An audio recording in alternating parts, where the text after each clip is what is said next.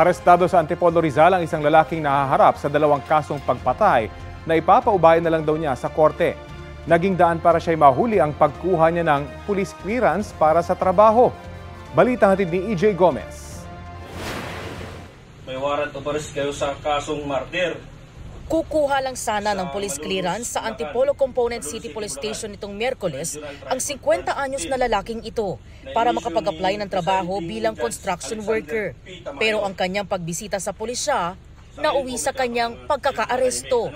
May arrest warrant pala kasi siya sa kasong murder.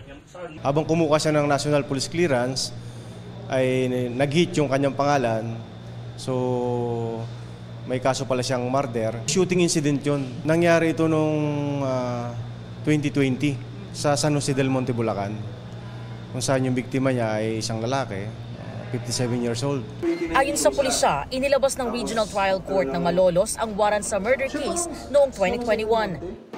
Bukod pa sa kasong murder, base sa pagsaliksik natin, nakita rin natin na meron din siyang existing na kaso na homicide case. Ang naging biktima niya rito yung dati niyang kalibin, kung saan ito ay napatay niya sa San Jose del Monte, Bulacan.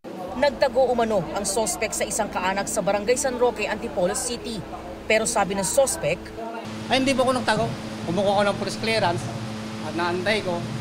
At pagdating ng release, akala ko release na. Di pala, yun lang ako ang suspect, pero wala po akong alam. giit niya pinagbibintangan lang daw siya ng kaanak ng nasawi niyang live-in partner.